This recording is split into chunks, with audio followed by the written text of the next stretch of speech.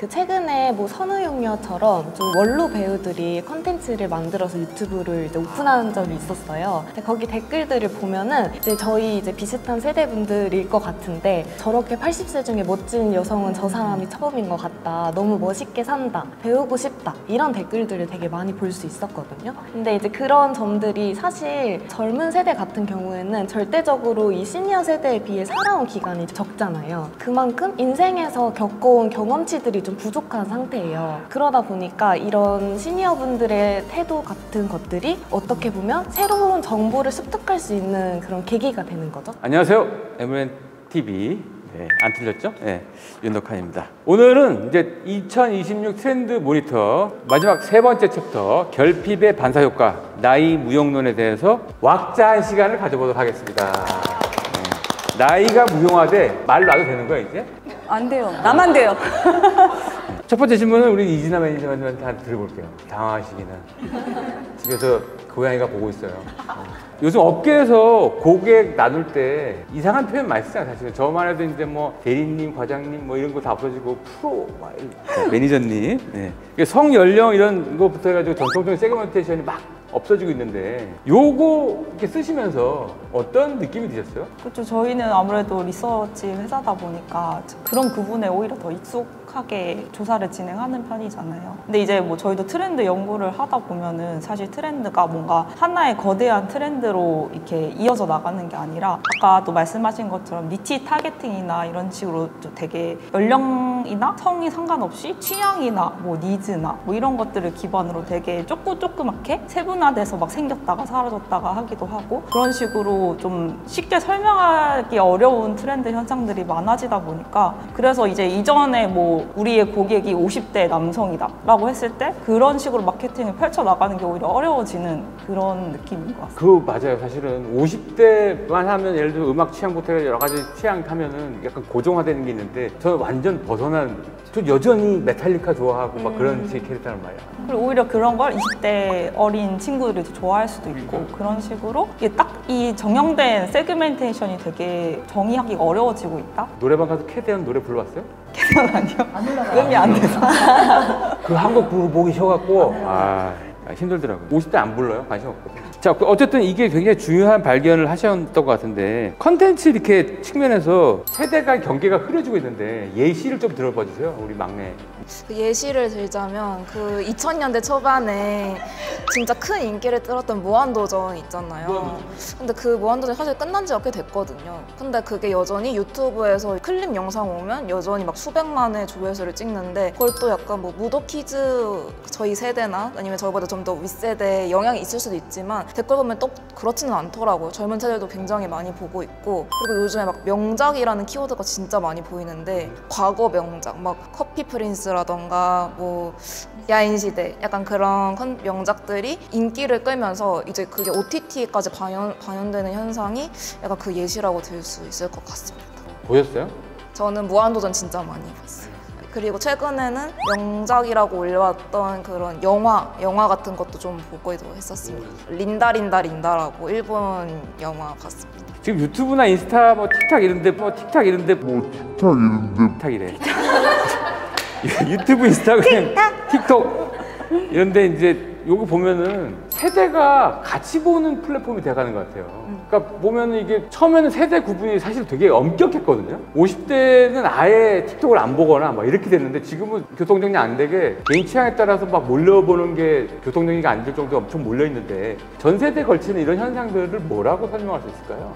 이게 아무래도 그 결핍을 채우고자 하는 니즈에서 나타나는 현상들로 보고 있었거든요. 저희는 그 최근에 뭐 선우용녀처럼 좀 원로 배우들이 컨텐츠를 만들어서 유튜브를 이제 오픈한 적이 있었어요. 근데 거기 댓글들을 보면은 이제 저희 이제 비슷한 세대분들일 것 같은데 저렇게 80세 중에 멋진 여성은 저 사람이 처음인 것 같다. 너무 멋있게 산다. 배우고 싶다. 이런 댓글들을 되게 많이 볼 수 있었거든요. 근데 이제 그런 점들이 사실 젊은 세대 같은 경우에는 절대적으로 이 시니어 세대에 비해 살아온 기간이 적잖아요. 그만큼 인생에서 겪어온 경험치들이 좀 부족한 상태예요. 그러다 보니까 이런 시니어분들의 태도 같은 것들이 어떻게 보면 새로운 정보를 습득할 수 있는 그런 계기가 되는 거죠. 정보 창구로서 이 어른들의 인생 경험치를 배우게 되는 거예요. 젊은 분들의 결핍은 이해가 되는데 젊은 분들이 실버 세대의 컨텐츠, 약간 결핍 때문에 이런 인생에 대한 이야기를 듣는 결핍이 있어가지고 그 컨텐츠 소비하는 건 이해되는데 그럼 나이 든 분들이 젊은 분들이 하는 컨텐츠에 몰리는 현상들을 뭐라고 설명할 수 있어요? 사실 시니어 세대 분들은 저희보다 좀 앞전의 시대를 살아오면서 그동안 경험하고 싶었지만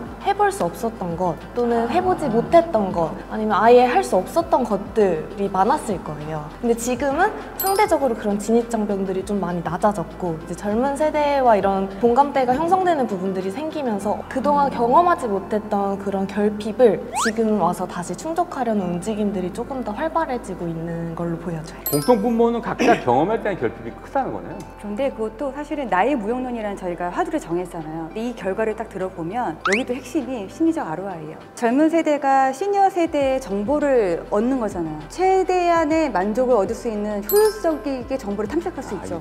여러 가지 정보 중에서 그들이 그 시니어 세대의 정보가 여러 가지 노력하지 않아도 단번에 확인할 수 있는 정보가가 될 수도 있고 또 반대도 마찬가지고요. 그러니까 지금은 효율성을 최대한 따져서 불확실성에서 돈과 시간을 낭비하지 않고 최대한의 만족을 추구할 수 있는 정보가를 얻는 과정에서 이 나이의 무용론이 발현되고 있다고도 보여져요, 사실은. 그게 이제 거대한 멀티 채널의 집단적인 소비로 이어질 수 있으니까 맞아요. 네네. 그게 세대를 구별할 수 없는 정도로 자 이게 앞에 얘기를 들어보면 연령이 지금 막 이합 집단으로 막 모이고 있고 다채널 플랫폼에 이제 결집하고 있는데 이게 트렌드를 종잡을 수 없을 정도로 막 모이고 있는데 결국은 이게 집단이 가지고 있는 니즈가 개별적으로 막 이렇게 튀어나오고 있지만 이 니즈가 중요할 것 같은데 기업들은 이 니즈를 어떤 식으로 수용하거나 향후 전략으로 이렇게 준비를 해야 되는지 사실 좀 세분화된 이렇게 취향이나 트렌드들이 계속 생겨나다 보니까 뭔가 하나의 계층을 공략하기보다는 좀 여러 가지 집단의 니즈를 좀 공략하는 게 중요하지 않을까. 근데 이제 최근에 뭐 현대자동차 같은 걸 보면은 사실 그 주된 자동차를 소비하는 계층이 뭐 40대, 50대 남성이었다고 하면은 이제 그 자녀 어린 세대까지 같이 공략을 해서 캐치 티니핑 같은 이런 아이들이 좋아하는 컨텐츠를 녹인다든지 이런 식으로 마케팅을 하고 있거든요. 그런 방식으로 좀 이렇게 다양한 집단을 동시에 공략할 수 있는 방안 그런 것들이 되게 중요할 것 같고 그 차 안에 멀티 그 펑션 기능을 넣어가지고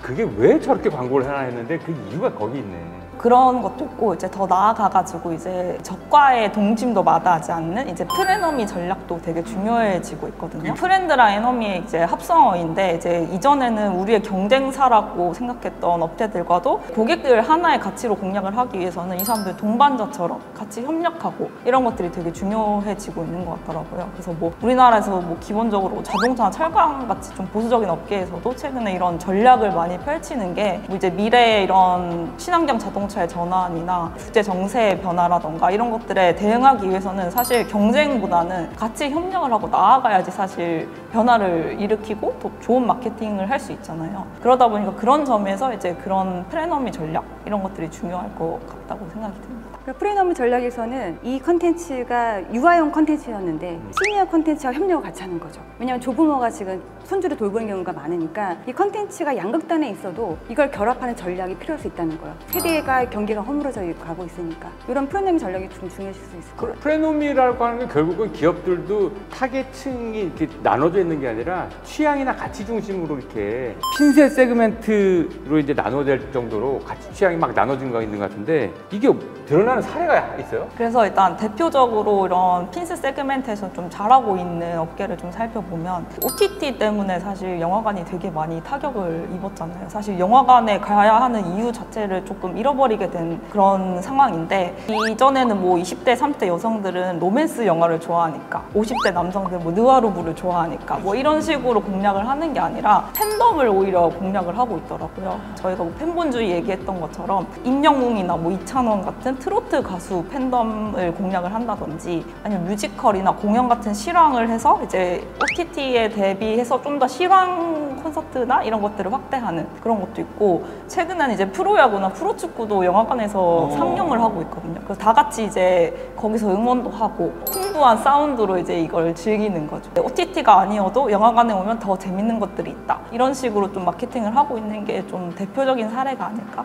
그게 약간 프레노미 사례에도 맞겠네요. 기본적으로 영화관에서 영화를 하고 있으면 서로 시간을 두고 경쟁하는 거잖아요. 근데 그거를 거기서 같이 결합해갖고 콘텐츠를 만드는 시대가 됐다. 아웃도어, 인도어의 어떤 그러니까 결합이기도 하네요. 이게 다 정리가 되네. 자, 끝으로 요즘을 한번 들어볼게요. 이 결핍의 반사효과 나이 무용론이라는 챕터가 오히려 이제 잘 이해가 되기 시작하는데, 전 세대에서 사실은 어떤 식의 나이 구분에 따라 가지고 약간 구분짓고 하던 서비스나 마케팅이나 이런 것들이 이제 결합되고 같이 취향 중심을 할 텐데, 이렇게 되면 관계에 따라서 관계 맺기의 비용이라든지 이런 것들이 좀 구조라든지 이렇게 좀 달라질 것 같은데, 심리적으로 이게 맨 처음에 말씀하셨던 투자 대비 수익률, 요 관점으로 관계도 재설정될 가능성도 매우 있겠네요. 그렇죠. 왜냐하면 소비 태도가 인간관계에 밀접하게 연관이 있잖아요. 그렇죠. 예를 들어서 인간관계가 줄어들면 우리가 혼밥이나 집밥이나 하이버 주류 인기 영상처럼 뭔가 혼자 마시는 술이나 혼자 마시는 콘텐츠의 소비가 늘어나는 것처럼 인간관계와